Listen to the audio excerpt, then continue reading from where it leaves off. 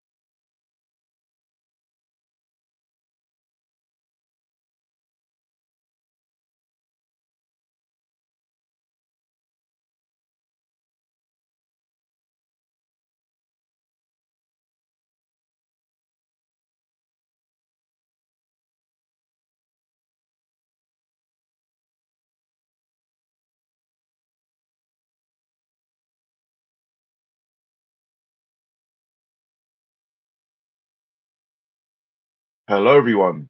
Welcome. This is a very exciting event, and I'm very happy to welcome you on behalf of the Rust Foundation and the Rust Africa Association. My name is Ernest. from the Rust Foundation. I am the Global Community Coordinator, and I am also on the Rust Africa Association team. And I'm here to give you a very quick opening address on the Rust Africa Association and the hackathon that we're going to have. So I'm just going to give a very quick overview of who the Rust Africa Association is and our mission.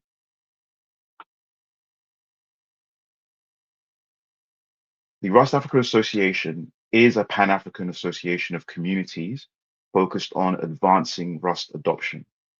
The important thing to remember is the Rust Africa Association is not a community. It is an association of communities that is working together to empower communities on the African continent to grow and advance and contribute to the Rust programming language.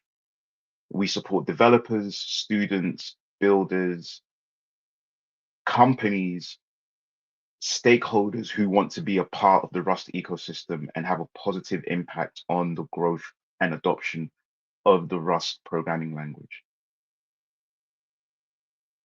The Rust Africa Association is backed by different community leaders and by the wider global Rust diaspora.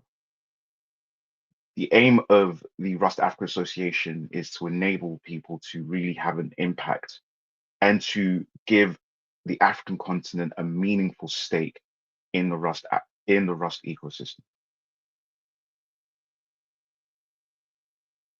The current members of the Rust Africa Association are Rust Cameroon, Rust Nigeria, Rust Kenya, Rust Kisumu, Rust South Africa, and also Rust Togo, Rust Ghana, and Rust Tunisia. We are a growing group of communities that are working to encourage all kinds of people to contribute and be a part of the Rust ecosystem in a meaningful way. The Rust Africa team is made up of a number of really impressive people who have taken it upon themselves to work towards pushing adoption, growth, and empowerment throughout the Rust ecosystem on the African continent. Very proud of these individuals, Mordecai, Scott, and Daniela, who are working to ensure that there are the right kind of resources available for different communities to grow, to learn, and to adopt the Rust programming language. The core mission of the Rust Africa Association is promoting adoption and growth of an ecosystem. Rust Africa is working actively to increase the usage of the Rust programming language within Africa's booming tech industry. We want there to be the right kind of resources so that educational institutions have the ability to teach Rust in a meaningful way. We want to highlight opportunities, and we want to ensure that African developers have an opportunity to work and grow and contribute to the Rust ecosystem in a meaningful way. Rust Africa aims to serve as the central hub to connect the fragmented local communities that are on the ground doing the work. We want to be the place where you can come to get resources to allow you to grow and to allow you to build out your communities and to allow you to serve your communities in your countries, your cities, your regions in a meaningful way. And we want Rust Africa to have global representation. Again, as I said before, we want African developers to have a stake in the Rust ecosystem, to have a meaningful stake, to feel like a part of the Rust ecosystem in a meaningful way. And the association acts as a bridge between African developers and the wider global Rust ecosystem through the Rust Foundation as well.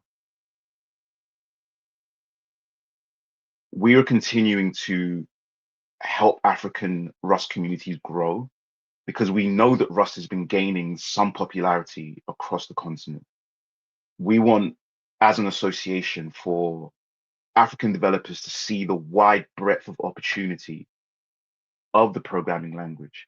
We want every domain, every different domain to be represented. And we want African developers to see the opportunities to work in to use Rust in many different areas. And that's why this organization has been established, and that is our mission. So I'm very, very proud to be a part of this. And on behalf of the rest of the Rust Africa Association team, we invite you all to be a part, grow a community, start a community, and be a part of an association that can help you grow as well. We want to say a big thank you to the partners and people who have been supporting both this hackathon and the Rust Africa Association at wide as well. The Rust Foundation, JetBrains, Adorsis, Rust Jobs, and Rust EDU. Without these partners, we won't be able to do what we need to do to help African developers see the potential of the language, learn and grow, and be a part of the Rust ecosystem in a meaningful way.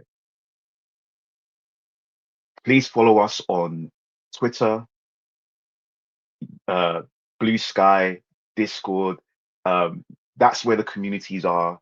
That's where that's where you can find a home. That's where you can find where a Rust community is in your specific area, country, city. And also please follow us on YouTube, where we will be uploading more resources. We'll be having a lot of tools and videos and presentations being placed up there as well. You can also contact us via email and check out our website as well. Now, I'm very, very excited for this hackathon. This hackathon is an opportunity for us to start the year in a very positive way, start our year in a very meaningful way by empowering you to go out and just learn the language, use the language, and build with the language. This event is about showcasing that Rust Africa is on the stage. It's a part of the Rust ecosystem in a meaningful way. And I'm very privileged to have so many distinguished people from the wider Rust ecosystem here to present to you all. We will be having four talks from individuals who will be showcasing different domains of the Rust ecosystem.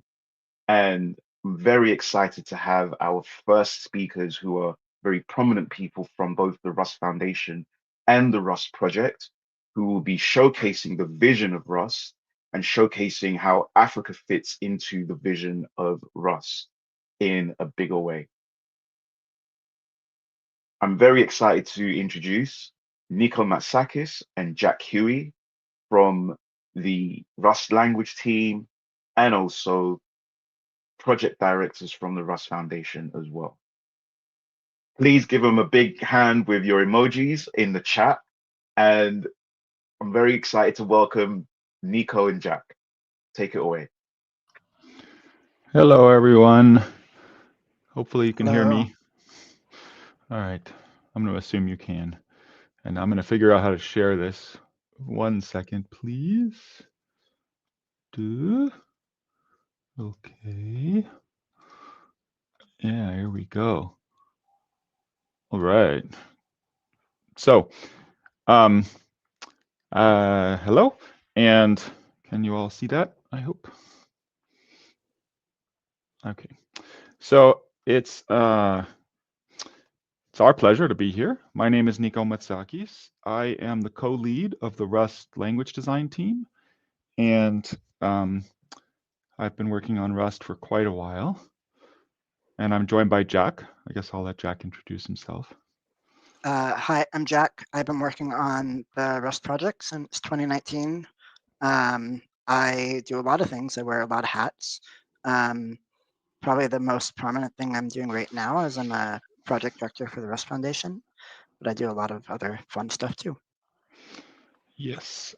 So I will say we won't be attending the hackathon proper. We wish we could. That sounds actually really awesome. We're just here to inspire you, to give you a general sense of where Rust is, why we think it's cool, and why we think it's worth learning, and what role we think it's going to play going forward in computing in general. And I mentioned I've been working on Rust for a long time. So I started in 2011 when I joined Mozilla. And at the time, Rust was still very much up in the air what exactly it was going to be.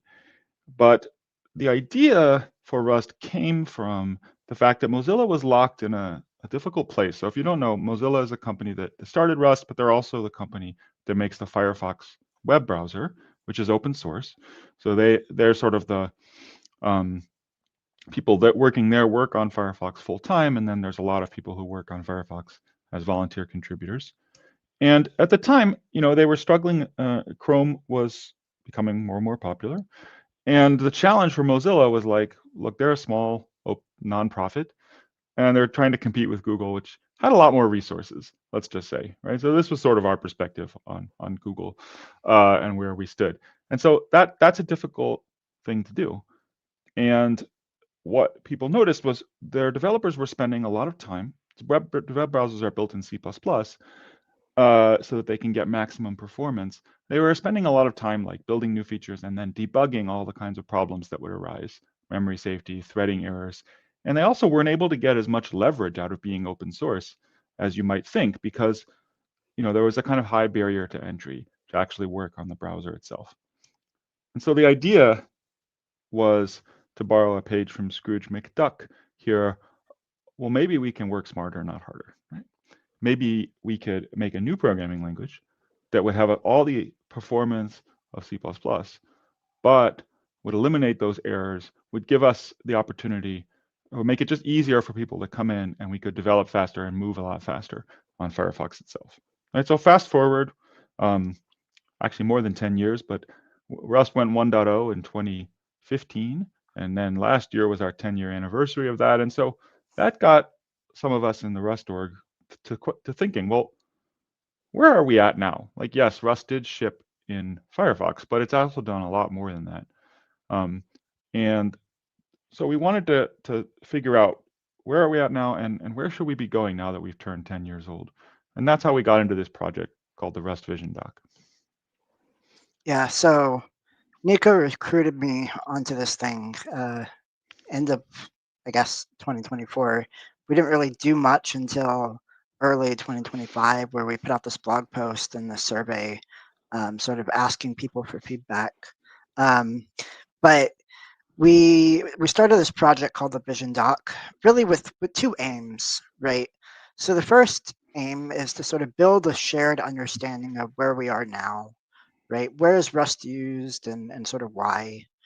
And then the second aim is sort of identify where we should be going at a high level, right? What does Rust need to succeed? And how do we actually do this, right? Like, we listen to people, right? So this came in two parts. So we put out a survey. You saw the blog post a couple slides ago, but we put out a survey and got back about 4,200 survey responses, which was a lot more than I was expecting. And then we took those survey results and we followed up with 75 interviews, roughly, where we went and talked to individuals, right? And the survey results themselves were quite interesting. Like I said, we started with a lot of them. And in the survey, we asked sort of two things, right? So the first is sort of quantitative things about, for example, where people are. And unsurprisingly, most of our respondents were either in Europe or the US, but we were able to get some respondents from Asia, the Middle East, Africa, and Latam. We asked, what language do you use when you write a program, right? And this kind of matched what we saw, or what we would expect to see if you sort of think about the entire makeup of programming languages, with sort of Python and JavaScript and TypeScript being at the top. But there were some people that only used Rust. And then we also asked, when you write things in Rust, what is it that you write? And CLIs, what Rust is very famous for, was at the top of the list. But I think what Nico has pointed out a couple times is that this was actually like a multiple choice answer, right? You could pick whatever things you use. And it turns out that no matter what people do, they are always writing CLIs, right? It is a very popular thing. But the second half of the survey was the more interesting half, right? And unlike the first half, where it was all quantitative, the second half was just all fill in the blank. So we asked questions like, how did you first get started using Rust, and what was your experience like? And this let us really dig into people's experiences and try to ascertain what it is that they sort of felt and what they did. And that was a lot of stuff to go through. Yeah. But what we followed up with are the interviews, and I think Nico will talk a little bit about these. Yeah. So in addition to asking people to give their, to answer those questions, we also asked if they'd be willing to do a follow-up interview. So that gave us a big pool of people where we could go, people might write a paragraph in a survey, but we could go a lot deeper talking one-on-one. And of course, we also reached out at conferences and any other place that we could find people to talk to. And we ended up talking to about 75 people overall. And each interview was typically 45 minutes, maybe sometimes shorter, sometimes longer. And the tricky part here was we really wanted to get information we could trust, right? We didn't want to have people tell us what they think we wanted to hear. We wanted to hear what's really happening. And so the way we did that was we really forced ourselves not to ask any kind of leading questions. So if I were interviewing Jack, I wouldn't say, so what was the last time that you loved Rust? That might push Jack a little bit towards a specific answer I want to hear, or what was the last thing that you found hard? Same thing. Instead, what we might do, well, actually, even that wasn't so bad. You could do much worse, but what we would do is usually ask them, like, what were you doing yesterday? Did you have compiler errors? Was that frustrating? And go from there. Try to really build on solid, specific experiences that people have had. And we made an effort to interview as many people as we could from different domains, right? So it turns out it's much easier to find people who really like Rust and want to talk about it than people who don't, which I guess is not surprising. But we did make an effort to reach outside of Rust users as well as to get people who have less experience with Rust or are newer to the community. That was hard. We got less of that data than we'd like, but as much as we could. And so what we found was, not 100% what we were expecting. I think what we initially wanted or thought we were going to get when we were done was we were going to publish some kind of list that was like, well, here's what we should do over the next 5 years. If we do X, Y, and Z, we're going to grow Rust usage by twice as much because we'll unblock this and that. But as I said in this blog post, which we posted just about a month ago, that's not really what we got, right? Those interviews, we didn't have time or didn't ask the kind of questions that would give us those answers. But we got something different. What we got, well, I guess let me back up here. What we got that I think was actually in some ways even more interesting was a lot more about their experience using Rust. Why did they come to Rust? How did they pick Rust? What did they like about that? And what did it do for them as developers and as people? So one of the things we learned, and maybe you might have guessed this prior to this, but it was nice to hear it, is that Rust is used basically everywhere, right? Across different domains, all around the globe, in different size companies, both large and small, and for many, many different types of projects. Going through the results were crazy, right? To see all the different things that people were doing. Yeah. But Nico, why do you think this is? Yeah, I mean, well, it's pretty obvious, right? I think it's because Rust gives you high performance and high reliability. Just like we said in the beginning. I mean, that's certainly what I see, at least some of the time. So I work in my day job at Amazon, and there people are building cloud infrastructure, running Lambdas and that kind of stuff. And usually what pulls them to Rust in that case is they're just going to save a lot of money, right? You're able, if you write something in TypeScript, you might get it up and going fast, but then you're going to be paying, well, I don't know how much, but depends on the project, but you can be paying significantly more, right? As you're running it at large scale, it uses up a lot more resources. And so Rust really helps for these kind of things, not to mention that Rust has a strong emphasis on reliability, which means when you have a service that's running 24/7 and you're carrying a pager, it's a real win if you can detect as many error conditions and as many bugs as early as possible. So we've seen that Rust has been really big there. And we've also seen Rust growing really fast in blockchain and crypto, where it's kind of become the de facto language for like new blockchain projects, which I think was something well, we all knew that, but what we also saw was how important this was, especially in other areas around the globe, right? So in US and Europe, blockchain is big, but it's really big in Latam and in Africa. I don't need to tell you that. I'm sure you're aware. And so you might wonder why. Why did Rust wind up being used there? Well, I think it's, again, performance and reliability. The cryptography libraries that blockchain is built on need both of those. Rust became a popular language for authoring them. And once they existed, it was a natural foundation to go on and build these blockchain applications.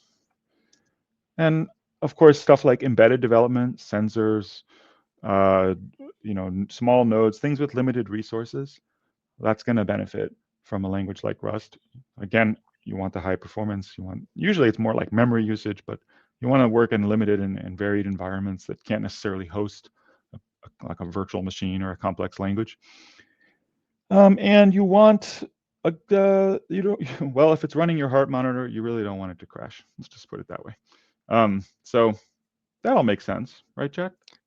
Yeah, except there's one more thing that we saw that doesn't really fit into the performance and reliability thing, which is GUIs, right? I mean, it's a little different, right? It's maybe for fun. And yeah, I mean, if you've used Microsoft Word, no, never mind, I won't say that. They need performance and reliability too, I'm just saying. But you're right, it doesn't quite fit. Right, so really there's a third thing that Rust does really well that people use it for, and that's its versatility, right? So when you think about Rust, and what we've heard is that Rust can go from low to really high, right? From embedded to the GUIs, right? So this is a quote from someone who is basically comparing Rust to a one-stop tool where they can use Rust for anything, embedded, Android, web services, really anything that they wanted it to. Or the second quote, where somebody was saying they don't need to use C or Python anymore. They could just use Rust because it can do whatever they need, as low or as high as possible. Did I miss a quote? No, I guess we only had 2. Sorry. But even beyond that, Rust just makes you a better programmer, right? And not just in Rust, but in other languages. So this quote, this person was saying, when they learned Rust, they became a better programmer in other languages too. Or they learned Rust and then they started to look at their old code in a different light, right? They were thinking about how that old code was not quite what they wanted it to be, or not quite the right thing. Or this last one, where Rust is such a unique way of programming and they think it's the future. I think for me, what I've observed on this is that sometime back I learned OCaml, right? And it took me a while to learn it. First, like week, I was trying to write programs and I could just never quite figure out. It's like any small bit of code I could do, but to actually make a whole program in OCaml seemed impossible without any mutation. It was a functional programming language, no mutation. And I think some people have this experience with Rust too. There's like just getting your head around how do you actually write a program in the style that the borrow checker expects. And then at some point, it kind of becomes second nature. And then at that point, you're not quite sure why it was so difficult to begin with. But B, you start to go back and look at the programs you wrote before that didn't make use of functional techniques, or in Rust's case, sort of ownership techniques. And you start to realize you were making your life more difficult than you had to, because you were only using like one style of development. So what I've observed in this way is that when people think about the kind of type systems or the approach of Rust, it doesn't necessarily seem like it's going to be a real good, easy to sell. It's like, here, have some more discipline. That usually doesn't go so well. People don't like that. It's kind of, as I put here, like vegetables. It's just not as exciting at the end of the day. I say that as a vegetarian, but actually, it's different, right? Sure, it sounds like something kind of a boring meal, but it is kind of like spinach, but it's like Popeye style spinach. It's like once you get this, suddenly you're way stronger and you can do a lot more things than you used to be able to do before. And we saw that coming out a lot in this survey. I love this quote, which was from someone talking about how they actually began as a civil engineer. They weren't doing anything with computers. And once they started working in Rust, it was like suddenly they could crack all kinds of problems and all kinds of interesting things that they never thought they'd be able to do before. Right. And I think a lot of that is the emphasis on reliability, the guardrails of the type system, the kind of you get over this hump and then suddenly you're much faster, whichever direction you want to go. But there's something more to it than that, though. It's not just that Rust gives you the tools to be able to have reliable and efficient software, or even be able to write a lot of different things. Rust has this thing, right? Rust is fun. We heard quotes from people that say things like Rust makes them feel cool, right? When they write it, they feel like they're not working, they're playing a game. Or this quote from someone who says they love Rust with all their heart, and they love it in a way that, like, people don't love JavaScript the way that they love Rust, and it's really neat. And this last one, that Rust as a language seems very human centric, right? It's a language for humans. And this comes out in other things too. I'm sure you're familiar with Rust's great errors and diagnostics, right? It's a language for humans. And I think this comes out not just technically, but in the community as well. Yeah, I think that's always been one of the things I thought was coolest was not only, we put a lot of work into building good error messages, and that's great when you're using the compiler, but it then comes through when you use things people build in Rust. They tend to put a lot of care into their error messages or their presentation style or things like that. And so you end up with this like multiplicative effect where the precedent set by the language and tooling kind of carries through into the ecosystem, which I think is really cool. So I don't know. What do you think? Do you think they're interested in Rust? Oh, I mean, sure. What do you think? Well, I mean, I guess we can see the comments. I can't see all of you, but in my mind, you're doing this. You're like, yes, I want to. I'm interested in Rust. It's good. I mean, well, I guess sold. yeah, I think we made the case pretty well. It's only one problem. If you're interested, great, that's easy. But how do you actually get started? What's the right thing to do? Well, I mean, you're in the right place, right? The first thing you can do is go talk to people using Rust, right? So look for local meetups. And if there aren't any, then host one, right? Get some people around that want to use Rust and talk to them about it. Ask them what they're doing, what you're doing.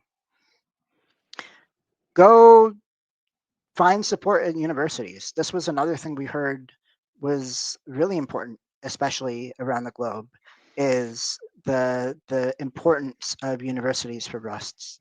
And go talk to your professors, but maybe only if they're cool, right? Ask them We got if they. Bart talking later. Maybe he'll. I don't know. Yeah, I was gonna say Bart is involved with the Rust Edu program, and ask your professors if they'd ever heard of it. Maybe they might want to teach some Rust. Yeah, but more than anything else, I think the key is just go and build something. Just get your hands dirty, and try writing some code. And like I said earlier, if you haven't expect a little frustration in the beginning. I wish I could tell you it's going to be seamless, but it isn't. There is a bit of a learning curve, but that's sort of the point, is that you invest the time, the energy, and you learn some of those things, and then that takes you to the next level and actually gives you the benefits that we were talking about. Our slides, oh, there they go. Yeah, there we go. Importantly, remember that even the small things can be useful. So when preparing for the talk, I went through and I found this Reddit post from a couple of years ago of somebody asking what people's favorite utilities are that are written in Rust. And there's this long list, and a lot of them are not really all that big.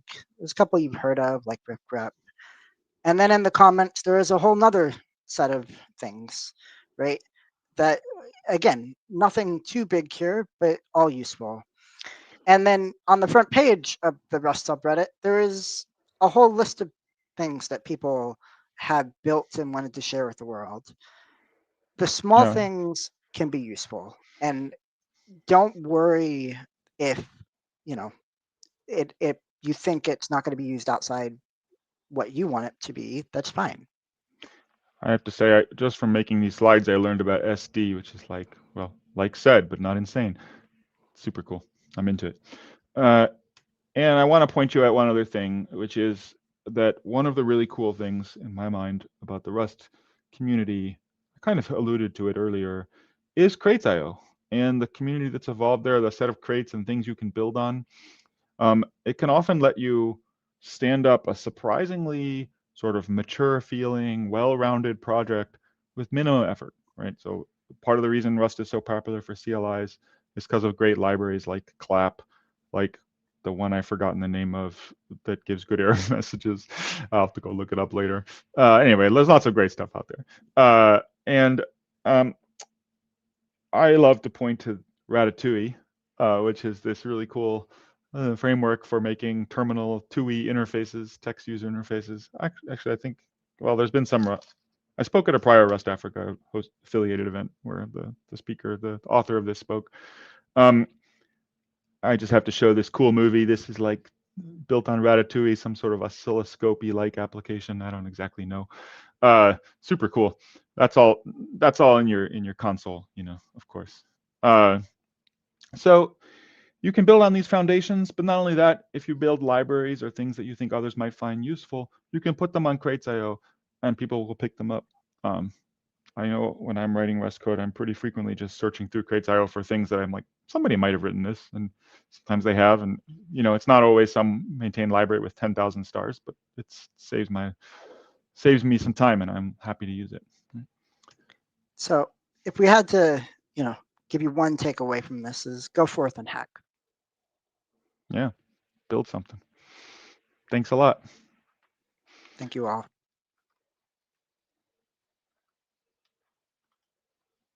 I don't know what happens now. Well, now we give you a massive hand. Thank you very much, Nico and Jack. I want to see all of you with your crab emojis in the comments. Give them a massive hand. I want to see crab emojis, crab emojis, crab emojis. Thank you very much. I just want to say again, personally as well, really, really big thank you for doing this. It's really great to have people of your stature in the Rust ecosystem doing this for Rust Africa. And I want to encourage you to look at the comments because the comments have been amazing. There's been a flood of comments, flood of questions, flood of positive points about what you've spoken about here. So we can't really have a question and answer with this format here, but I would really, really, really encourage you to look through the comments and interact with some of the questions that are being asked and some of the positive statements that are being made. And just want to say a very, very big thank you again to both Nico and Jack for doing this. There's so much possibility and there's so much potential with, Rust as a programming language, and we're excited to see where it goes. So thank you for being a part of this. Thank you, Ernest, for organizing.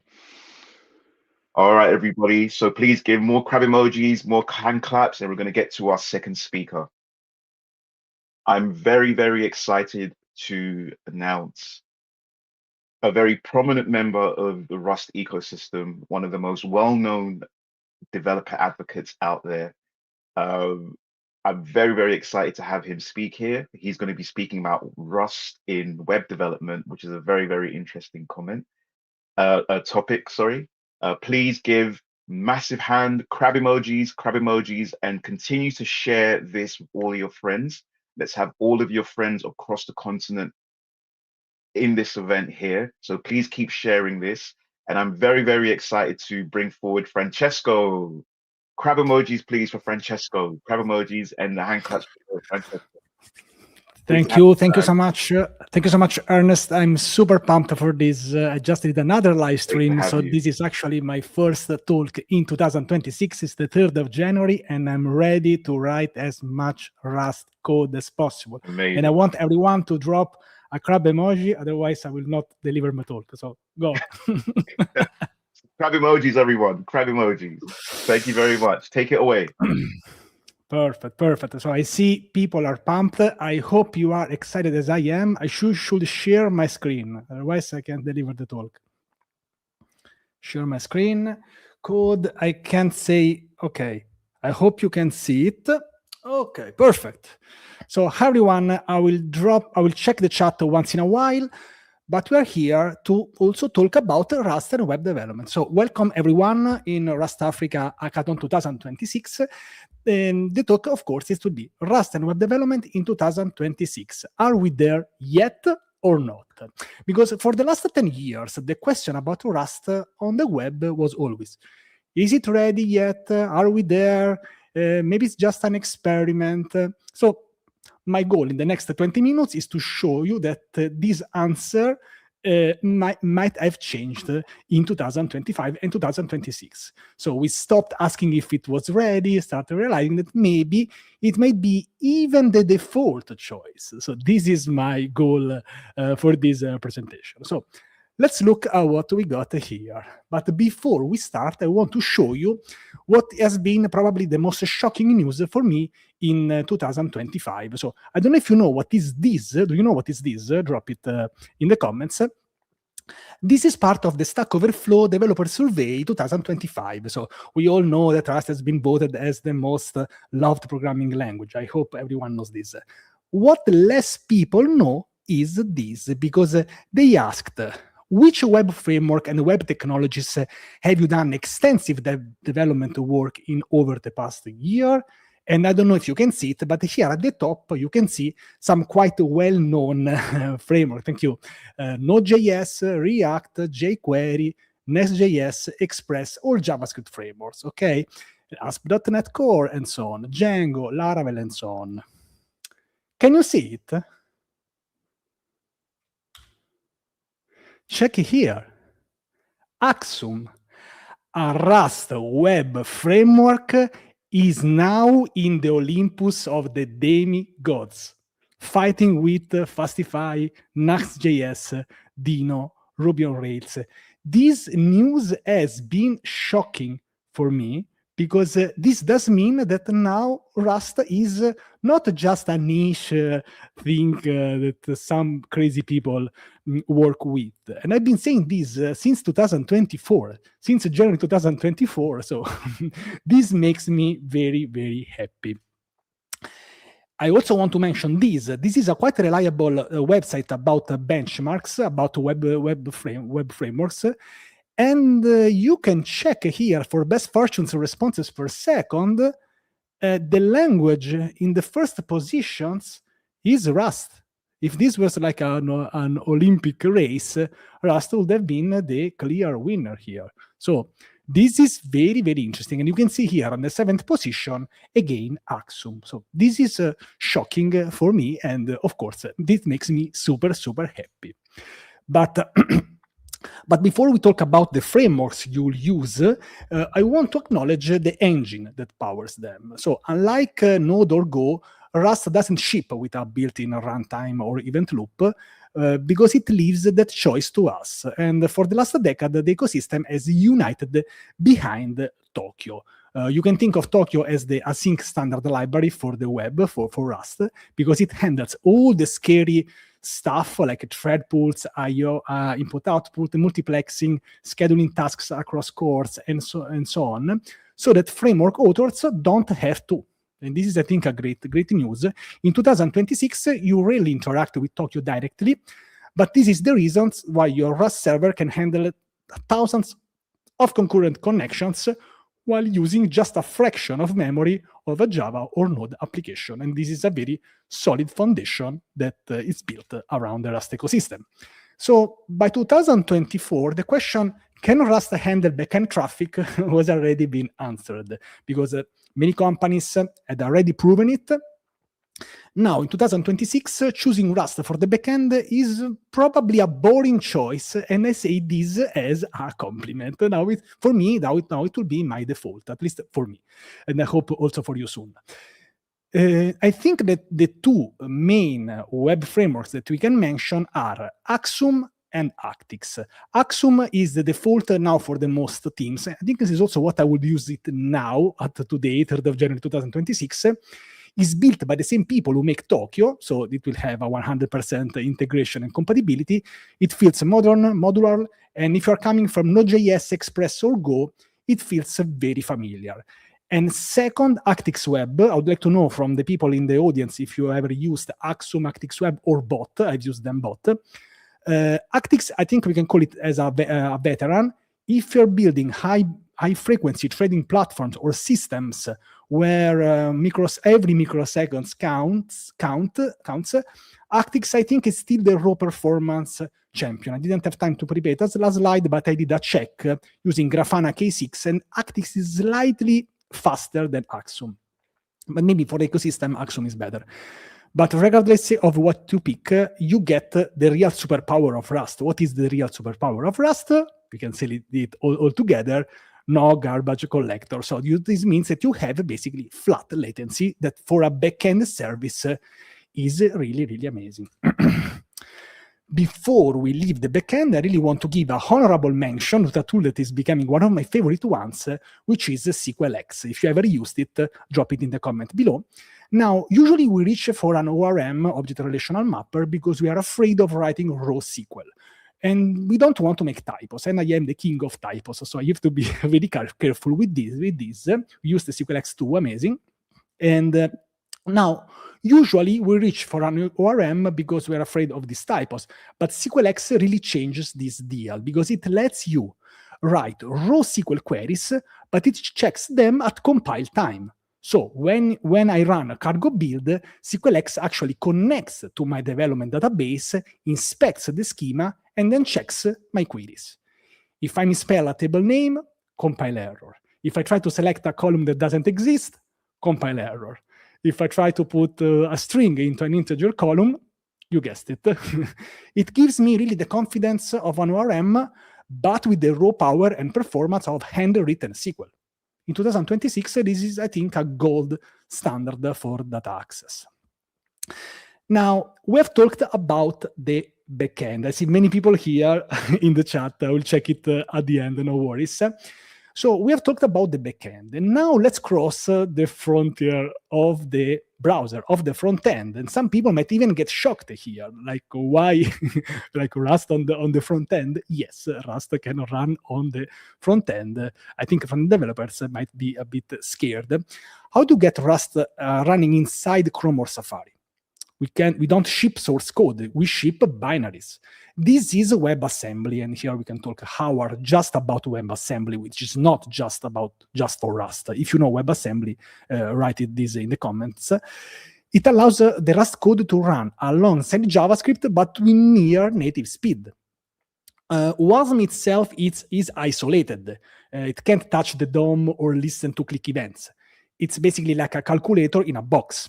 We need enablers to make it useful. This is why we have something called WASM BindGen, which is a sort of diplomat or the bridge. It handles all the complex conversations between Rust types and JavaScript objects, and you rarely touch it directly, but it makes all the magic to happen. And we have also WebSIS or SIS.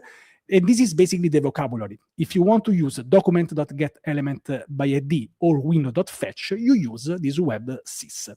It provides raw Rust bindings for every single browser API.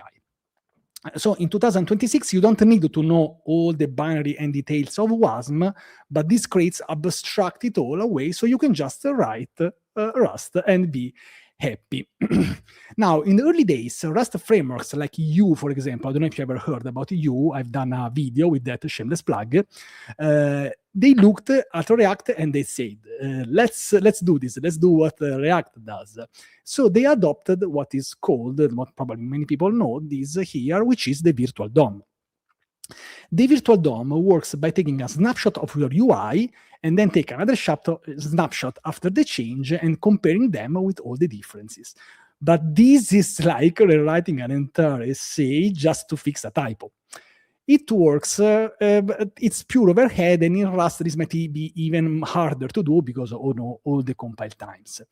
But there are some modern frameworks like Leptos, for example, that realize that we don't need the virtual DOM because Rust has such strict ownership rules that we can use a fine-grained reactivity. We have ownership, let's use it.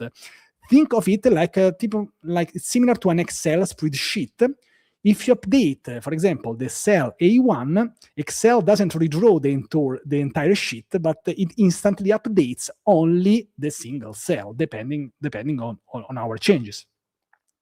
And this is how signals they work. When you update a counter, the framework doesn't re-render all the component, but it updates just that single text in the DOM. And this is in constant O1 performance. And this is the fastest possible way to update a user interface. In Rust, we like to write efficient code. I want to introduce quickly Leptos, the performance standard. I think that if you're building a pure web application, including front-end, like a SaaS dashboard or, for example, a social network, Leptos might be a very interesting choice because it solves the two biggest problems in the past, speed and SEO. Leptos is isomorphic. That's a fancy word that means you can write the component just once in Rust. And when a user first visits your site, the server runs that component and sends pure HTML. This means that Google can read it perfectly and the user sees content instantly. Then the WASM binary loads in the background, hydrates the page, and takes over.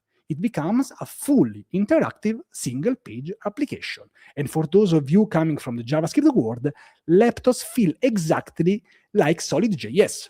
You use signals, you use JSX-style templates, but you get the type safety of Rust. And this is blazingly fast because, unlike React, it does almost no work at real time. While Leptos focuses just on web framework, there is also another framework I want to mention, which is Dioxus, that takes a different approach. It aims to be the React native of Rust. Have you ever used Dioxus? I've tried this a bit, but I want to use more in 2026. If you or your company needs to build a web dashboard, but you also need a native desktop app or mobile app and you want to use Rust, Dioxus is a very strong choice. It allows you to write your UI logic once and deploy it almost to any screen. It uses a virtual DOM and hooks, so if you're coming from React, this should be familiar. I have to say that Dioxus is a bit of a jack of all trades. So if you're building only for the web, you might find it has a bit more overhead compared, for example, to Leptos. But if you're looking for cross-platform consistency, it's probably the current best choice we have. I also want to mention about the holy grail, the full stack type safety. And because we can use in Rust something called the shared create pattern. We create a folder called common, and inside we define what a user looks like. We define our error messages and we define our API responses. The backend here imports this crate to talk to the database, and the front end imports the exact same crate to render the UI. So, and what is the catch? What's the magic of doing this? If I go into the common crate and rename, for reasons, user.name to, for example, user.fullname, my entire stack stops compiling. And is this good or bad? This is good. right? Because the backend refuses to build because the SQL mapping is wrong. And the front end refuses to build because the UI component is trying to read the old field. We are used in Rust that we don't want something that then breaks at runtime. This is way better. So I cannot ship a breaking API change by accident. The compiler literally won't let me. We are used to that. It eliminates an entire class of integration bugs forever. I want to show exactly how it looks in the code because it's simpler than what you might think. We start here in our common library. We define a simple struct, for example, to-do item. And this is our contract. And this is our, say, source of truth. And then on the server side, my API handler explicitly promises to return a list of these to-do items. And if I try to return anything else, the compiler will stop me. And here at the bottom right, there is the cool part, because on the client side, I don't need to manually type a TypeScript interface or whatever that matches the server. I just use the same struct.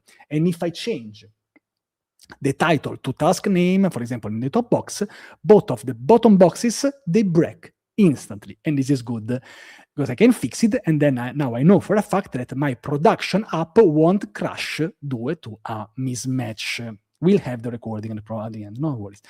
Now, this is the hard part for me because there are some trade-offs. It's not all sunshine, sadly. I want to be transparent. Even in 2026, Rust on the web is not free. Free in the meaning that we have a sort of tax to pay for this. First, the compile times. Rust is famous for being slow to compile, and it is also the source of all the memes. The compiler is doing a massive amount of work, checking every borrow, optimizing every loop, and it hurts that the fast edit refresh loop we love in JavaScript. We don't have it in this way in Rust. And second, the binary weight. In JavaScript, the browser already has the runtime, but in Rust, we have to ship the standard library inside our WASM file. A hello world, it will always be heavier in Rust compared to JavaScript. And third, the monomorphization tax. What that word does mean? That's a fancy word for code bloat, because Rust generates unique machine code for every generic function you use, and your binary size can grow unexpectedly fast if you aren't careful, of course. We need to accept this cost. We can't ignore it.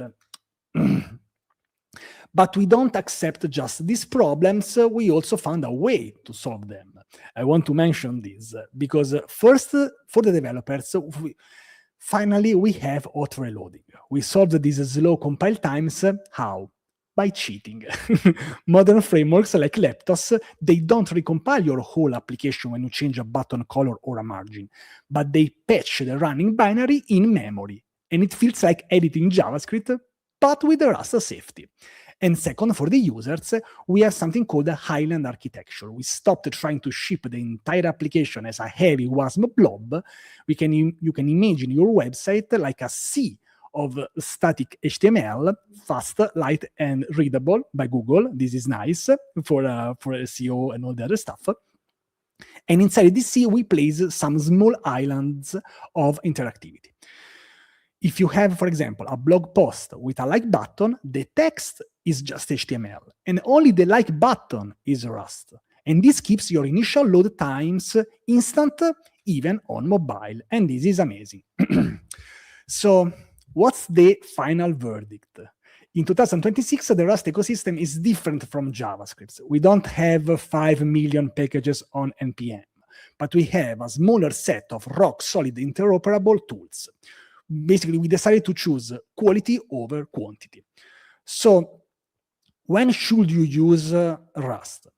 You use it, I think, for the sweet spot, complex applications. If you're building a fintech dashboard, a collaborative editor, or anything where a bug will cost us money, if you value maintenance over setup time, I think that Rust is the winner. But don't force it. If you're building, let's say, a simple marketing site or a personal blog, Rust, yes, it makes me sad, but it might be an overkill. You don't need a compiled binary to display static text. Use a static site generator because this is what they are meant to be used for. For actual application, I think the answer is clear. So the big question is, can we use Rust for web development in 2026? Are we there yet? Write your answer in the comment. I think a big yes. I am Francesco Ciulla. I am very passionate about Rust, and I do weekly videos on my YouTube channel. I just did a live event about LLM apps, Rust, and Rig, and I really wish you best of luck with your hackathon. Thank you so much. Thank you. Now I'm reading the chat. We are there. We are there. Are we there or not? Yes. We see some yes. Hey, Ernest. How was it? So much, Francesco. Please give massive amounts of crab emojis. I want to see crab emojis, clap emojis, more crab emojis. Big thank you to Francesco for doing this. Really appreciate your time, especially coming off of another really cool live stream as well. And thank you for the insights that you've given us about Rust and web development, which is a very interesting burgeoning area. We're gonna keep coming, keep your comments coming, keep your points coming, because we're going to have a surprise panel session for your questions after our talk today as well. So another big thank you. Francesco, please tell us more about your next event. And you have a very special surprise announcement. I know that you've just done something really big concerning a book, right? Can you share some more about that? It's out. The book is out. Oh, congratulations. It has been released on Christmas Eve. Amazing. It has been released, shameless plug, with everything. I will try to bring some copies at Rust Nation. Is it official? Yes, it is official. So I will bring some copies at Rust Nation. I will give some them at my talk. We'll see. This year is starting in the best possible way. I think that 2026, we were really gonna crush it. So thanks everyone, by the way, here. I didn't have time to check all the comments, but thank you. I saw some good comments, so I hope you liked it. That's it, Ernest. Best of luck with everyone. And yeah, I wish you all the best for 2026. Thank you. We're going to speak soon with your session. Now, very excited to have our next speaker come up. Very distinguished professor and someone who is really pushing and working hard for Rust in education. Very humbled and very excited and proud to introduce Professor Bart Massey from Rust EDU. Crab emoji, please. Crab emojis, clap emojis. Take it away, Brad. Great to have you. Hey, so excited to talk to you all today. I'm really pleased by what you folks are embarking upon, and really excited to see how it comes out. Yeah, like was just said, I'm a professor at Portland State University for the last 25 years. I've been involved with Rust for a long time, and most recently I've been involved a lot with the Rust Embedded Working Group, and am very excited. I've been teaching Rust Embedded here at Portland State for a long time. And so today what I want to talk to you about a little bit is just the Rust Embedded situation and what that looks like, because it's one of the most exciting places. And I think we're going to have a lot of fun seeing what it looks like. So let's talk about that a little bit. I'm hoping everybody can read the slides okay and that I'm coming through on the mic okay. Let me know in the comments if there's some issue. So yeah, let's talk about Rust Embedded a little bit. And we should probably start, if we're going to talk about Rust Embedded, with talking about embedded and what the heck is that. The term embedded is really super fuzzy, and there's a lot of sort of disagreement about what systems are embedded and what systems aren't. But in general, we're talking about very small system stuff. We're talking about systems that thank you for the thing. We're talking about systems that, and I should have said, yeah, please put questions and comments, etc. I'm happy to try to answer them on as we go. Tiny memory, and by tiny I mean, tens of kbytes, hundreds of kbytes of RAM, tens of kbytes, hundreds of kbytes of program memory. I mean, these are teeny tiny things. Typically They're on what we call an MCU, a microcontroller unit. That's a real common thing in embedded.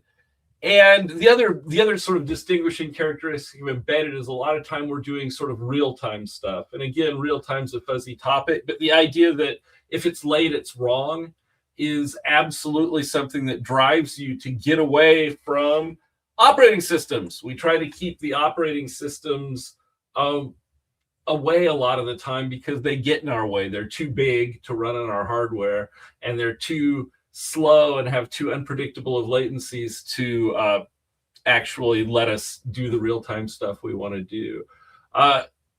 If we do have an OS, it's often what we call a RTOS, a real-time operating system.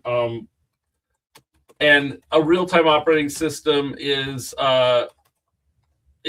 sort of lightweight with real-time guarantees kind of system, and that's really a common way to go as well. And the focus is typically on the interface between hardware and software. That's yeah, people are talking about ESP32. Does it have to be standard or no standard? I mean, people write things that run under Linux and run on a Raspberry Pi, and they call it embedded, and I think that's fair, but that isn't usually where I am. I'm usually in stuff that's no stood. We'll talk about that in a second. So that's kind of the space we're trying to work in. Let me show you real fast. I have here,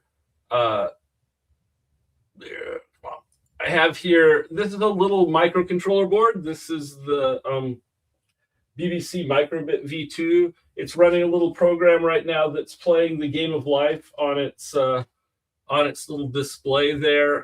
The Game of Life is a cellular automata game, and so it makes a decent demo. And this is the kind of hardware we're talking about. This board costs $15, $20 US and is very capable as a learning and development board. I'll talk about it more later, but this is the kind of hardware that we're having fun with when we do embedded a lot of times. So yeah, what's special about embedded Rust? It's usually no standard or no main. What does that mean? That means you don't get the Rust standard library. It means that you're going to be, PCBs are really common as build your own PCBs are really common with embedded. And we're going to be working with, out the standard library typically, and we'll have our own weird main instead of the standard Rust main. You have the Rust core library, but you typically don't have much else unless you compile it in yourself. Often you don't have a heap. So things like box and vec that you are very comfortable with in Rust go away because you just don't have enough memory to put a heap in. And so the good news is that there's a whole ecosystem in place to sort of deal with this stuff. And this is something that's special about embedded Rust is that unlike C, where everything's, unlike the traditional C++ ecosystem, the Rust ecosystem is actually coordinated, and there's a bunch of people working to make it better. This is rustembedded.org, which is your first stop on the way to getting involved with embedded Rust. And I can't be more excited to show you this webpage we just finished updating a few days ago that, is the place where you can find out what we've done. And what we've done, and I'll talk about it more in a second, is we've actually built out a whole sort of turnkey ecosystem so that if you want to get started with an embedded Rust project, you can just jump into it. You don't have to figure everything out from scratch. There's a lot just sitting there. And when I say sitting there, what I mean is it's sitting there sort of normally, like, fairly normal build process. Sorry, the slide got all messed up. It's a fairly normal, build process that you use. And when you're done, and you use the standard Rust toolchain, there's no, you need to get the special embedded compiler, that kind of stuff. And crates.io, all the stuff that you use in your embedded programs tends to live on crates.io, just like it does for normal Rust. And so compared to learning embedded in a traditional environment, it's a lot nicer that you can use your familiarity with Rust to help speed you along. That's one of the things I'm really excited about. Let me, so what can you do with it? Well, really, anything you can do with embedded, only better. I'll just put that out there as a thing. Yeah, sorry about the control L. I'm using a slide presentation package I wrote myself in Emacs. This is what you get, I guess. But it's absolutely exciting to me to be able to just grab a piece of hardware and have fun with it with really very little friction. I'll show you another thing I'm playing with this week, which is this thing. Let me zoom out a little. The old-fashioned way. This is the hothouse pedal, which is a guitar pedal, which has a little embedded board inside it, and so you can actually make your guitar sounds in software, modify your guitar sound in software using the embedded board buried in this pedal. And the cool thing about that is that there's a process and a set of libraries. It's sort of a traditional embedded environment for that. The Rust environment got me going and producing effects so much faster, even having to write part of it myself, that it just wasn't even funny. It was kind of neat. So, yeah. We also have this cool thing going with these sort of runtime systems like Arctic and Embassy that sort of fill a niche between full-on operating system or even real-time operating system and sort of bare metal by providing some structure that lets you more easily do tasks. Embassy is an async await-driven thing. Arctic is a more traditional thing, but they both let you deal with some of the problems of embedded without having to go to an operating system. So what's the stack? Embassy is neat. I've had a lot of fun playing with Embassy. What's the stack I'm talking about? Well, what we typically have, what the Rust Embedded community is built out, and the Rust Embedded working group is built out over a period of almost 10 years, is a stack that has at the bottom something called a peripheral access crate that gives you direct access kind of to the microcontroller and its peripherals. And that's often auto-generated using a cool process. We have a hardware abstraction layer above that gives you sort of nicer to use things. Yeah, ESP is traditionally, answering something in the comments, ESP32 has been traditionally a rough place. It's getting better really fast now that Espressif, the company that makes that board, is officially supporting it. The pack crate, then the HAL crate, and then the board support package. And typically this is where you start with embedded, is somebody in the Rust community has written, or you write yourself, a package for your particular piece of hardware, like that microbit I showed you earlier. And that package then gives you nice, easy, clean interfaces to all of the stuff that's there. And sort of the fourth layer in all this that we talk about sometimes is the driver crates. Rust has, just sitting on crates.io, driver crates for almost every piece of embedded hardware you'd ever want to talk to. And if it isn't there, it's not too hard to write your own, because Rust provides a lot of framework support. The Rust embedded stuff provides a lot of framework support for doing that. And so if you're working with sort of peripherals that are exciting, then you go grab a driver crate for that peripheral, or you quickly throw together a driver crate for that peripheral, and you're off and talking. It's really quite a leveraged thing. So how do you get started? Well, I am the proud editor. I'm not the original author, although I've written a lot.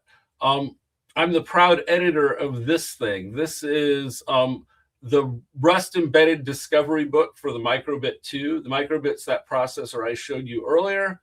And this book, so you grab a Microbit, which is like $15 or $20 US, and you just work straight through. The the book, and when you're done, you're pretty familiar with how the embedded ecosystem works. We've tried to make it really super accessible. We love to get pull requests for places or issues for places where it's not clear. I just rewrote a chapter partly because somebody was finding it too confusing. And so I think it's probably the fast path. It's the easiest way to get started with Rust Embedded.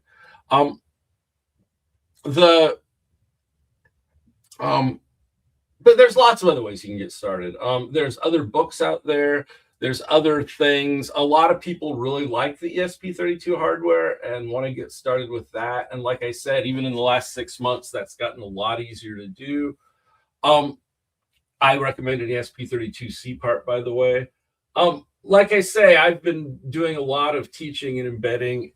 Somebody asked what I've done recently, and I showed you that pedal thing. That's been my project in the last couple of days, is getting that up and running and building some Rust guitar effects. So yeah, dive in, I think, but in particular, find people. You're not on your own in this stuff. Go to rustembedded.org, and one of the things you'll find there is a link to our Matrix chat, the Rust Embedded Matrix. Matrix is just yet another chat client, and that's pretty active, and feel free to jump on there and say hello. The Rust Embedded working group meetings are on Tuesdays and are open to the public. You're welcome to join us and see how the sausage is being made. Embedded shouldn't be something you have to do by yourself, and we're trying really hard to be friendly to people who are coming in. We're trying really hard to encourage people to get started with this. Look, here's the deal. AI is taking over everything. It's something that you have sort of no choice about, as far as I can tell. It's going to be more and more involved in our coding and computing stuff. Oh, yeah. Wiring and that kind of stuff, that's where that matrix is. Somebody asked a question about wiring. Definitely talk to the folks in the Rust Embedded Working Group Matrix. That's the kind of question we can help you answer. AI is starting to take over everything, and that might just be a good reason to get into AI. In which case, I'm a fan of that. I have a doctorate in AI, but the other approach is to get involved with embedded. Embedded is where we still do stuff by hand, and where we'll be doing stuff by hand for a long time, honestly. It's pretty much the place where when hardware meets software meets really tight constraints, meets complex systems, then that's the domain where people are still the most valuable. And so this is a place where humans can live. And if you're going to get into embedded, do it in Rust. Rust is the future of embedded. People are moving there as fast as they can for Rust safety and reliability guarantees, and for just this very friendly ecosystem that I've been describing today. So that's what I have for you. I hope that was useful. And like I say, I'm really excited to see what your hacking session that's coming up brings. And please feel free to reach out to me. A place where you can do that is, I should have mentioned and didn't, because I'm not that good at this stuff, is rustedu.org is the organization I run that we're actually starting a little bit of a refresh of in the new year. And the Zulip there is a place that you can find me real easily, but I'm also on the Rust Embedded Matrix and some other places. So yeah, jump in and do some embedded. I'm so excited. The sensor fusion is awesome. That's something I've studied before. Somebody mentioned that in the chat.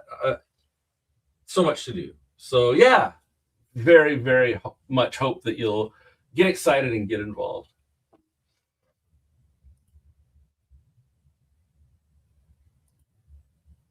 If you have questions, throw them in the chat. I'm happy to answer them, etc. Yeah. All right.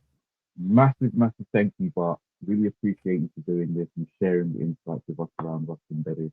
Like you said, it is a very, very important area, an emerging area that's really gaining a lot of prominence and had a lot of opportunities as well. So yeah. Thanks for the opportunity to talk. Appreciate it.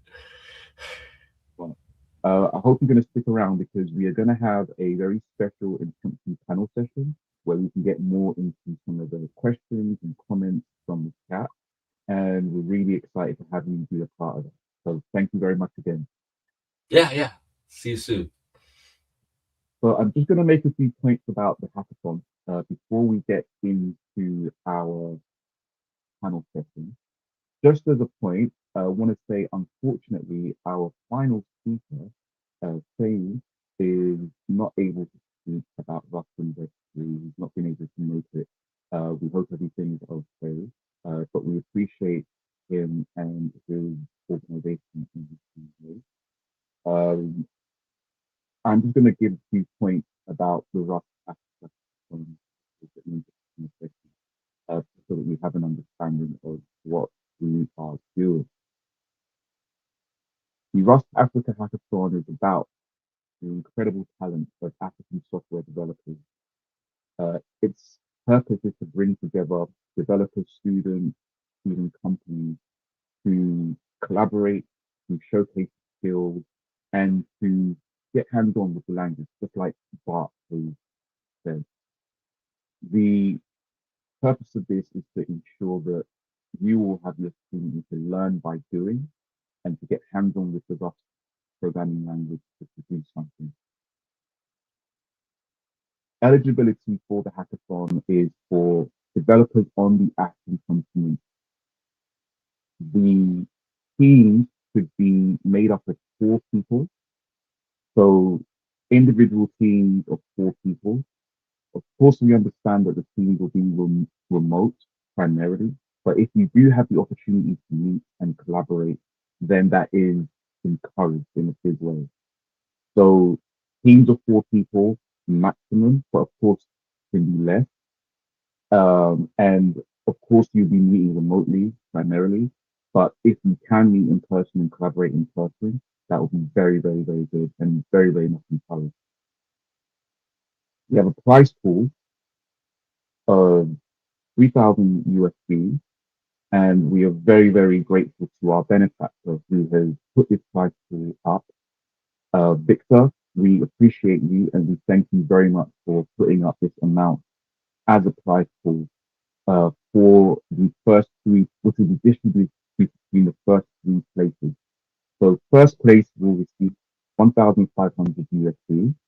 Second place will receive 1,000 USD, and the third place will receive 500 USD. We're also very grateful to JetBrains and Rust Rover, which will be our official IDE for this hackathon.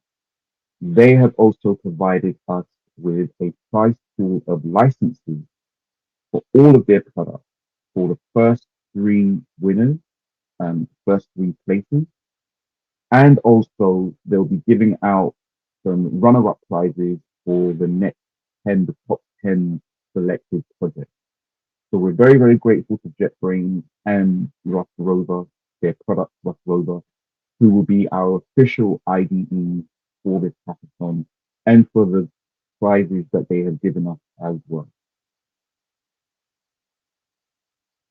Registration is open and it will be via Luma and Google Form, which will be shared. So please follow us on Twitter, follow us on LinkedIn, where you'll be able to find the link to register and to be a part of this. Now, it was stated that the submission deadline will be the 18th of January, but I want to announce here that we will actually be going for the full month of January. So you will have the full month of January to work on your hackathon, hackaway, and we'll be extending the submission deadline to the end of January.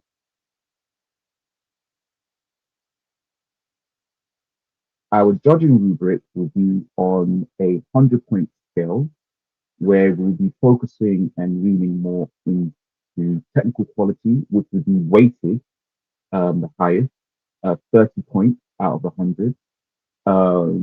Technical quality is defined as correctness, safety, efficiency, and maintainability of your code base. Innovation, the novelty of your approach, originality and your approach to creative problem solving will be the next weighted area, which will be awarded 20 points. Impact and relevance, how applicable is it to African challenges? And the usefulness to specific African challenges, how useful is what you're creating? That will be also rated at 20 points. Usability and design will also be 20 points for documentation and accessibility. And presentation will be the last 10 points. Clarity of your demo, explanation, and overall delivery. Your submission will be via GitHub, a repository of your source code and a README. The demo will be a 3 to 5 minute recording of your application, your demo, your project. And we require that all of your submissions be open source, MIT, Apache, or GPL. This is optional, but in the spirit of what Rust is, we do ask for your submissions to be open source. And again, the submission deadline will be the end of January and not January the 18th. We're extending the submission deadline.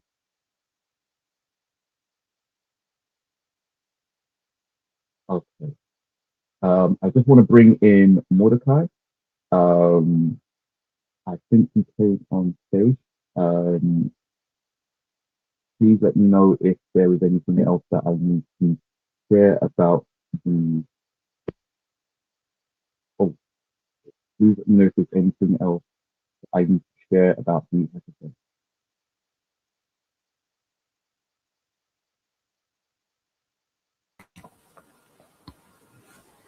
Okay. Right, we now have our panel members up. How are we all doing? How we? Great. Oh, good. Can you hear me? For all of you for doing this. And we are going to get into some questions from our amazing audience. The questions will come up on stage and I'll just read them out to you, and then they will be to each of your specific thoughts and domain areas. And again, this is a great opportunity to really interact with you folks, so I want to say thank you. All right, first question from at Bar. Any plans about Rust in Iron Machine, mainframe, Iron mainframe dev? I think that's to say, are there any plans for Rust to, get into mainframe development? I'll start with Jack on that, and then maybe if Bart can also chime in if applicable. Yeah, I think this question has a couple parts or a couple answers to it, right? So first is I think Rust is already in a good spot to be able to be used on mainframes, right? Especially in terms of like performance and memory usage. It actually is really good in terms of being able to run sort of individually in processes across mainframes. But there is some ongoing work on like being able to offload instructions from the CPU onto other processors. So the main thing are GPUs, but you could also imagine like APUs or other types of processors. And mainframes sort of fit the bar here, where you may have a way to offload code from like one processor onto multiple. But as far as other like official things, there's nothing that I'm aware of. I know there's also some projects that people have worked on to do like scheduling of processes across a larger cluster. Amazing, thank you. Bart, is there anything that you could add to that? Yeah, I'm not a mainframe guru at all, but I would say that if you're running on something like an IBM Regatta, Z series, code gen is an issue because some of the mainframes do have weird code gen stuff. But aside from that, it's a pretty ideal environment. Like Jack was saying, I think a lot of times you're working with some multi-processing framework anyway, and you're kind of stuck with that, in which case Rust is great, but it doesn't add a lot. But you absolutely could build bespoke Rust solutions, I think, that would dominate on mainframes. I don't know how much has been done. I don't know the mainframe world well enough to know where we are, but I know that it, is in principle fantastic. Thank you very much. And thank you very much for the question. Second question, which I think would be for Francesco, is when the next web development bootcamp for Rust? And this. Yeah. Yeah, thank you. Yes, so don't know how much web development we will do because we will make different projects.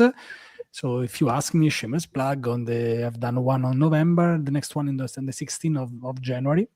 You can find this on my links, and you can just ask me. And I think it's a great opportunity for everyone to learn. I think it's a great opportunity also to start the year the right way. So I wait all of you there, and yeah, we will have some fun. Brilliant, brilliant. Thank you very much for that. Next question. I think this is a question regarding the hackathon itself. So I think let's skip that, and then we'll be able to answer that ourselves. Next question, please.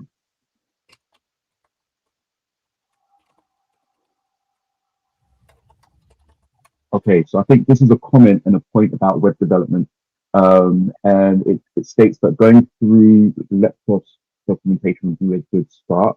I think we can also follow on and say, what is the state of documentation for a lot of the different web frameworks in Rust that are becoming more and more prominent, and how important are they to getting with yourself started? That would be for Francesco.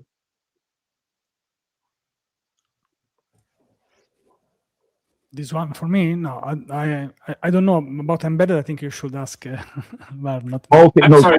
So web, right? We just had a previous question on web development. Yes, here it is. Okay. Good. Yeah, I mean, the problem is that documentation might be a bit boring. So of course, that's the right solution. Another solution might be depending. I will start also creating content on it, but this is the obvious question. But yeah, so good luck with that. There are also, I think, some good videos. I think also the creator of Leptos made a very good video about Rust Nation last year about Rust and web development. I've watched that, so that's also a very good one to watch. So shameless plug also for Rust Nation videos. I think the Leptos and Dioxys books are both very good, the ones that are free online. I've worked through both of them and enjoyed them very much. I think they're a good way to find out about those things. This is a question for Bart. Is it possible to do Rust embedded with SPID, or does it have to be no SPID? I'm sorry, I can't understand. Rust embedded with what?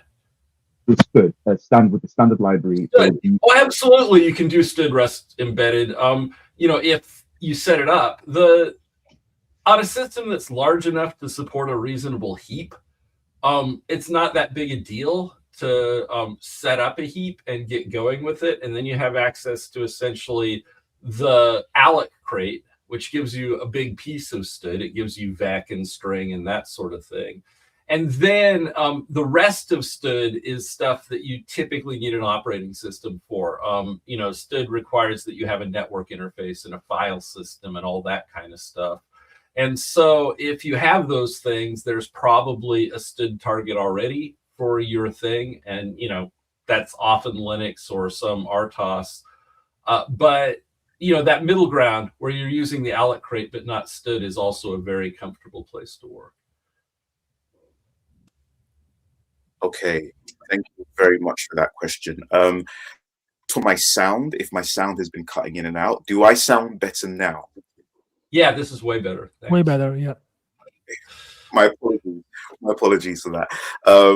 I heard, next question, I heard Embassy is the Tokyo of the embedded systems ecosystem. And that's for Bart. I'd probably make it stronger than that. Embassy is the only async attempt to do async and embedded that I'm aware of, and so it's the Tokyo and everything else of embedded. It's an amazing, amazing accomplishment. It's the thing that validates a decision that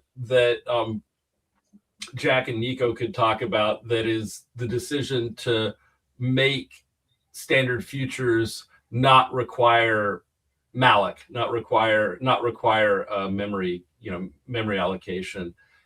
And the fact that you can make embedded futures run on the stack and get this thing where they're being used for interrupt handlers is kind of insane and kind of awesome. Yeah. Jack, would you like to come in and speak to that a bit more, just as Bart said? I suppose so. Yeah, I mean, so the key design about Rust futures that is, a little different than what you might expect is they actually don't require allocation, right? It's completely stackful, which can be problematic if you end up with large futures on the stack and such, but it does also mean that you can use futures in embedded where you don't have the heap around. It also does make the design around like async functions and traits and things more difficult, because to dispatch on that, it typically needs some kind of indirection, which you don't get by default. But this was a purposeful design choice when the design of Rust's futures was being discussed. Excellent. Thank you very much. The next question, please. You can have the next question up.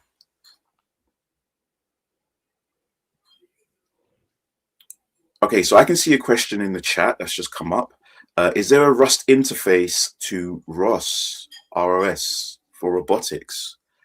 I'm assuming, because that's a very important area, especially for everything that's happening in the world right now. So I know that there are some bindings, but yes, it'd be great to hear more about that from Bart and Jack, or whoever else has some opinions on that as well. I've been meaning to look into it, but I have to say all I know is that yes, there are some bindings and there is some support for it, and people are starting to use it heavily, but I don't have any personal experience with it.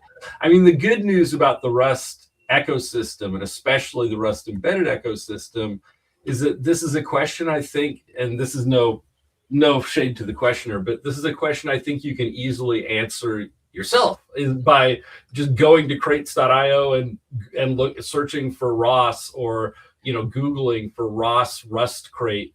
And the frightening part is that because our ecosystem is so shared and so transparent, usually you can find everything that's out there without too much work. It's just a different world than you're used to if you've been doing robotics, for example, the old way. Yeah, I mean, this is, Nico talked about it towards the end of our presentation, right? Crates.io is amazing for this. I will say I don't specifically know about ROS, but I do know, right, through the Vision Doc work, that Rust is becoming more of a thing in the robotics space. And so even if it's not ROS, you might start to see other libraries or frameworks or things. So it's good question. Amazing. That's great to know, because that's a very important area. Again, as I said, for everything that we want Rust to be and the impact that we want it to have. Another question for Bart is, what is the status of the support for the RP235X? It's a new processor, and JP has been doing the support for it, and I think we have stuff up and running to the point where you can use that processor without too much trouble anymore. Oh, sorry. Yeah, the 2350 is the new one. I always get confused with Pis. But the Raspberry Pi parts are in general very well supported. The newest one we're still ironing the bugs out of, obviously, because it hasn't been that long. But I think it's not a problem to just drop on and do stuff. I'm not really a Pi guy, but I mean, that's not true. I'm actually working with Philip Opperman right now on an OS project on the Pi, but I'm not a general Pi guy, and so I haven't used all the different Pi chips extensively. But for the Pis running Linux, it's all a no-brainer. It's all just free and just works, and it's all sort of insanely easy. If you're not running Linux and trying to run a hard RTOS or trying to run bare metal, then yeah, we support that. All of it. Amazing. Thank you. So I have a couple of questions. One question for Francesco. What was the big kind of like ease of life benefit, if there was one, that you found when you started doing Rust in web development, when, say, compared to what you'd used before, like React, for example? What was the one big thing that was like, wow, this makes my life so much easier than what I had before? Yes, so I'll start, of course, from the backend, because I'm more a DevOps backend guy. So I think front end is the last isle the Rust will conquer. So I'll talk more from the backend perspective. The first experience many years ago, it was a bit, I had to fight a bit with the syntax, because I was used to do this in a different way. After a while, everything started to make sense. So I remember me going to bed and saying, okay, this makes sense. This makes sense. So the structure it gives you is exactly what you need. It's exactly what you are looking for. So like something that fails intentionally. I will put on the top. I will put the compiler that helps you with mistakes. I've been fighting with the Java compiler, sorry for Java developer, but I've been fighting with the Java compiler, Java the virtual machine for years. So for me, the fact that, so I almost gave for granted that the compilers suck by default. Finally, with Rust, I know that this is not true. It took a while, but I needed some time to rewire my brain. This is also why I say that probably the more senior you are, probably the hardest it might be for you to learn Rust, because you try to find a pattern. So maybe for me, it has been, maybe for fresh people, it can be even easier. So, but after a while, it still started to make sense. And also, I have to say, Cargo is amazing. Cargo is exactly how how every package manager should be. It's the model. It's the Arnold Schwarzenegger. It's the model that you should look up to because of the tests, the things. As I say, just one single thing. Otherwise, I will stay here for hours. About testing in web development, the fact that in JavaScript you have to choose a library, and then at the beginning you don't have a library, and you use another library. I use this library. This library is not. In Rust, you type cargo test. You have tests out of the box. So it now with AI, of course, you can write a whole suite of tests. So it needs some time, but now at this point, I have some problems in understanding like why should I use something else? Because I run a full application in Axiom running in a Docker container, and it's 6 megabytes of RAM. So, and without Docker, it's 4 megabytes of RAM, and it's not even optimized. It's the default one. So this is shocking. So this is something that I love. I might save a lot of money. I will for sure use Rust for the next production ready backend, but not for fancy tutorials, but for real. It's time. Amazing. That's great to hear, and it's really exciting to hear the value add that you get from using Rust, and not just the ease of life as well. So that's really important. I want to just put this forward to Jack as one of the leads of the vision team. What would you say would be the role of African developers in the Rust ecosystem? How do you feel that they can contribute to the growth and to the maintenance of the language? Because making Rust viable is a collective effort of the whole ecosystem. So what role do you see the African continent and African developers playing? Yeah, it's a good question. Big question, right?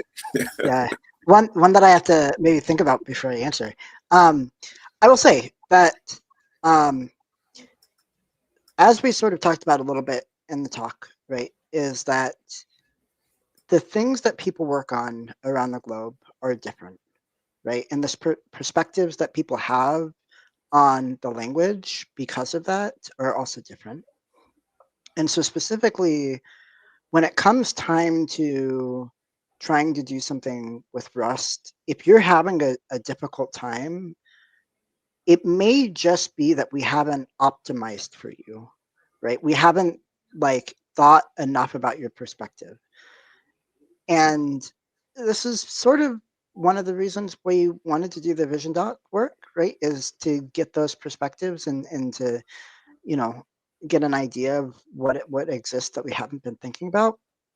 So like how Africans can help is when you encounter issues, you know, come talk to us about it, right? If there's something in the language that is frustrating with you, is if something's hard to learn, maybe, you know, documentation is like not great for some area, or, you know, maybe there's some domain that Rust is not well suited for some particular reason. Maybe, you know, you're trying to use a computer and there's just not enough RAM, right? Like, and compiler performance is an issue. Like, the first thing you can do is just come talk to us about it and let us know that your problem exists, right? And help us help us learn about your problem. And then the second thing is, you know, if you have the time or the want, like come help out to solve those problems, right? I will say that the Rust project is not always the most intuitive to get started with, right? It's kind of a big project, all said and done. It's pretty disorganized, and in a lot of ways, it's also organized in a lot of ways. But you know, it, it's not the easiest to get started with. But that being said, everyone is very friendly. Everybody is willing to help you get started with contributing. There's a lot of resources, which is good and bad. It means you can probably find what you need, but you have to do some digging. But if you want to get, you know, started on contributing, the Rustling Zulip is always like the best place. The GitHub, Rustling GitHub is also a good place. There's, I know, an unofficial Discord that a lot of people hang out on. There's the users.rustling.org and internals.rustling.org that are pretty decent places, right? So, you know, how can Africans help? One, tell us your problems, and two, if you're interested, come help us. Amazing, amazing. And I'll let Francesco have the last word to comment on that. Please do. Yes, I want to say something that also because Jack inspired me in saying something. If Rust was even easy to get started with, we will probably not be even here because everyone will be sold. It will be have a mass adoption already, so we will not even be worth it like doing what we do. So I'm happy that at least we can still make these events. Otherwise, it will be over. It will take over completely. So for a while, I'm happy that we can still do these events and try to tell you that Rust is awesome, because the problem is just at the beginning.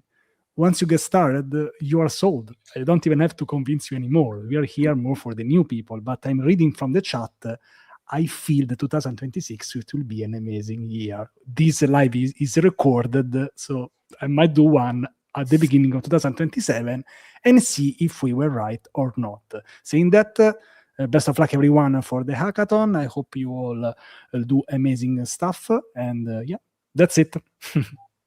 Thank you very much. And with that being said, I want to say another big thank you to all of our speakers. I want to say a big thank you to all of the team that helped put this on, and to say a big thank you to everybody who has tuned in live, who has been a part of this event.